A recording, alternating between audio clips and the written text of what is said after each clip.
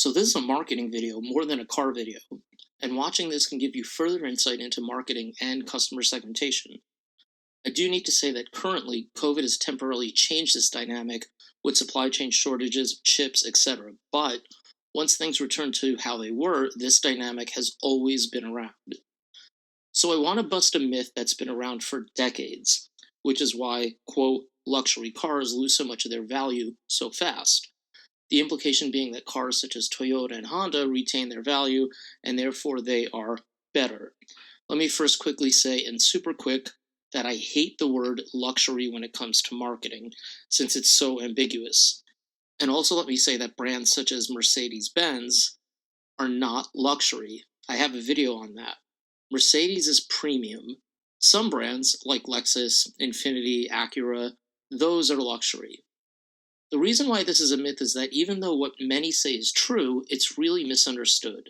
So let's straighten this out once and for all. First, let me say from a reliability standpoint, Toyota and Honda are good.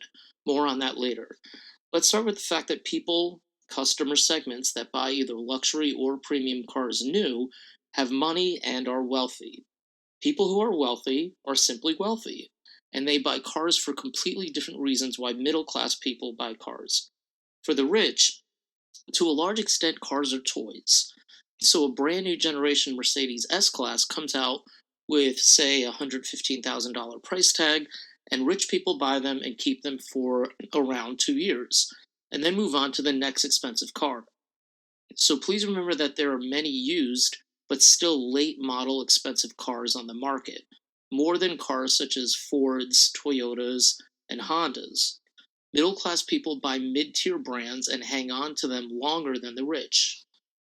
And please remember there's a supply and demand dynamic going on, a basic one. You have lots of supply of late model, used luxury cars available, and that drives the prices lower. Again, not these days because of COVID, as I said, but in general. Second, and why I said Toyota and Honda are good, from a reliability standpoint, is that they are, once again, made for completely different buyers. Expensive luxury and premium cars have the latest and greatest technology. I don't just mean big screens, I mean all types of car technologies, transmissions, new engine designs, etc. And these are complicated systems for these technologies to do what they're designed to do, especially at first. These cars are already super expensive, and the engineers can make them last even longer at an even higher price to the consumer, but they don't have to. A Toyota or Honda simply needs to last considerably longer than a luxury car, and even premium cars such as Mercedes-Benz, and I hate to say this, their technology and new features don't have to last as long.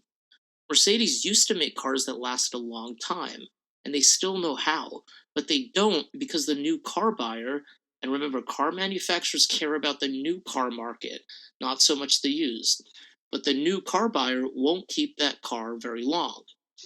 A fancy new technology in a Mercedes that only lasts, say, 5 years these days is unfortunately because today's new Mercedes buyer only keeps the car for maybe 3 years. It doesn't care the fancy attributes will break in 2 years from now.